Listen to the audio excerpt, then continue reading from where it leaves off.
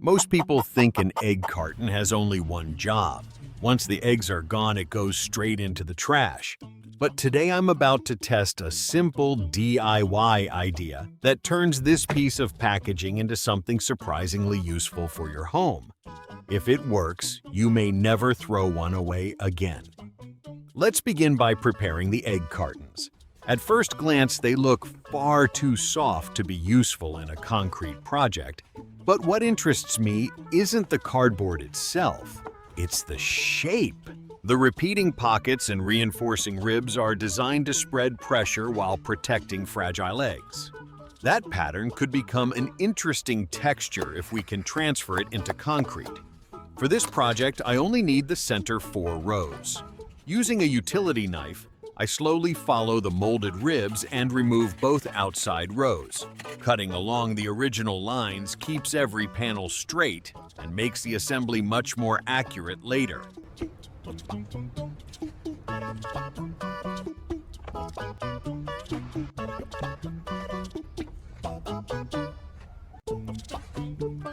Now it's time to prepare the concrete. Here I have clean sand and fresh cement. The mixing ratio is 1 part sand to 3 parts cement. That proportion is important because extra cement helps capture fine surface details from the egg carton much more clearly. I first blend the dry materials until the color becomes completely uniform. Only then do I begin adding water.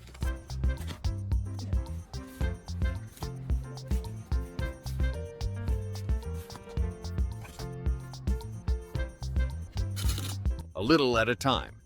After every small addition, I continue mixing. Concrete should never become watery. If it's too thin, excess water creates tiny air pockets as it cures, leaving weak spots and surface holes. If it's too dry, it won't flow into every corner of the mold. I keep mixing until the concrete becomes thick, smooth, and creamy enough to hold its shape while still spreading easily. Now the real transformation begins. I place 3 prepared egg cartons tightly beside each other. To prevent them from moving while I work, I build a simple frame around the outside using scrap foam boards. Small plywood strips would work just as well. The frame isn't designed to support weight. Its only job is to keep every carton perfectly aligned until the concrete hardens. Using a trowel, I spread the first layer of concrete across the surface. Watch this next step carefully because it determines whether the finished texture comes out clean. Using the tip of the trowel, I begin pressing the concrete deep into every individual pocket, one after another. Every press forces trapped air back toward the surface while pushing fresh concrete all the way to the bottom of the mold. If hidden air remains inside, those empty spaces become weak points after curing, and the egg carton pattern won't transfer completely. Next, I prepare 2 U-shaped steel wires. They may look like reinforcement bars, but they actually serve a different purpose. These wires won't support the planter's weight. Instead, they'll become connection points that allow each concrete panel to be tied together during assembly.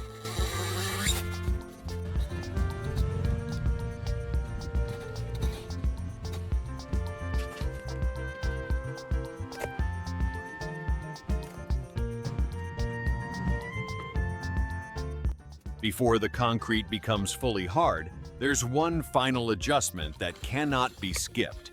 Using the edge of the trowel, I carefully create a narrow groove where 2 neighboring panels meet. The groove only needs to be a few millimeters wide. Its purpose isn't decorative. It creates a flexible hinge line for the next stage. Without this small gap, all 3 panels would cure into one solid slab and could never fold into another shape. Sometimes a tiny detail like this completely changes the final result.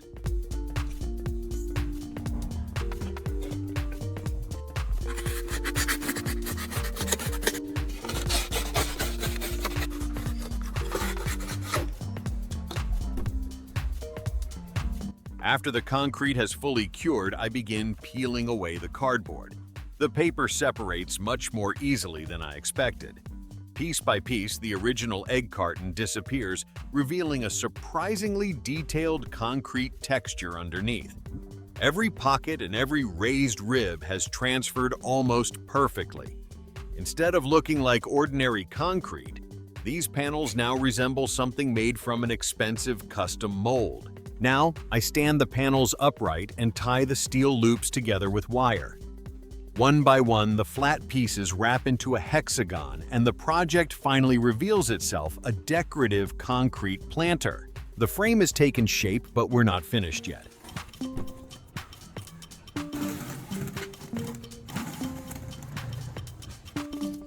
Small gaps still remain between every concrete panel. If we leave them open, the planter may flex under weight and water could eventually work its way into the joints.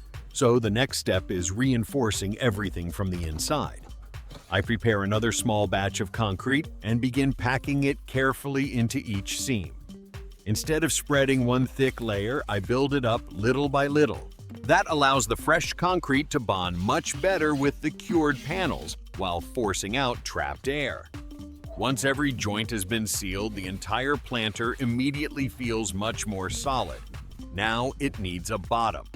I fill the inside with compacted sand until it sits about 1 inch below the rim. The sand temporarily supports the fresh concrete and prevents it from sagging before it cures. Next, I pour concrete across the opening.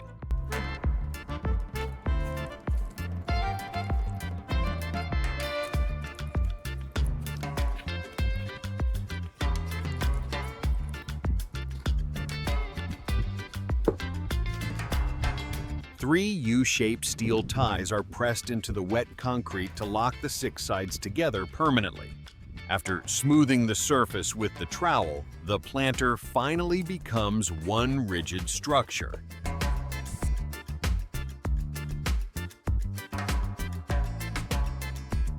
Every planter also needs proper drainage.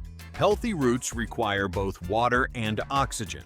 Without a way for excess water to escape, moisture collects inside and can damage the plant over time. To create drainage holes, I simply press 3 short PVC pipes into the fresh concrete. For the feet, I reuse the rounded cups from another egg carton as small molds fill them with concrete. Then attach the finished pieces underneath to lift the planter slightly above the ground. Structurally, the planter is complete. Now it's time to improve the appearance. The inside joints have disappeared, but the outside still shows 6 vertical seams. Rather than hiding them, I turn them into decorative trim. I cut PVC pipe lengthwise to create curved strips and install one over each outside joint. Those simple details soften the sharp edges and make the entire planter look like a professionally molded piece, instead of 6 separate concrete panels joined together.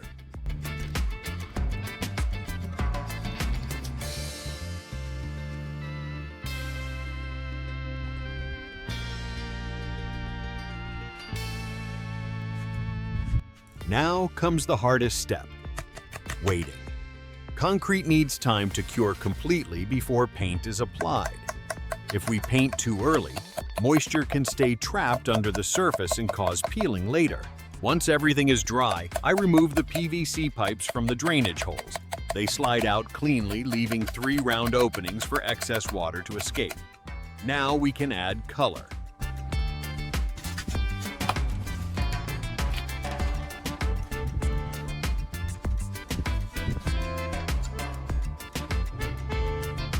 Before the final coat, I cover the planter with white primer.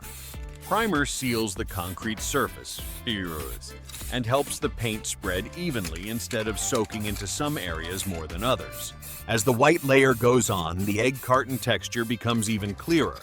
The raised ribs catch the light and the recessed pockets create small shadows.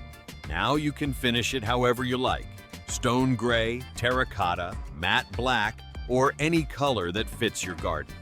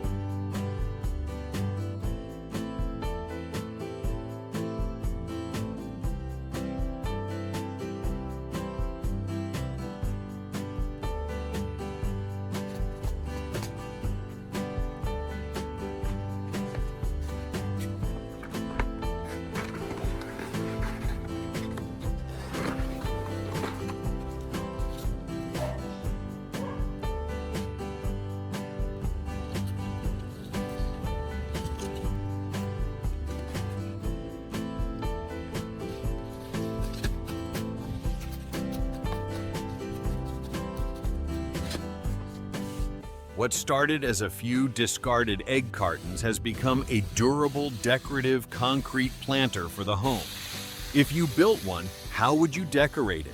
And what plants grow best where you live? Leave your ideas in the comments. If you enjoyed this project, don't forget to like, subscribe, and turn on notifications for more DIY builds and creative recycling ideas. Thanks for watching. I'll see you in the next project.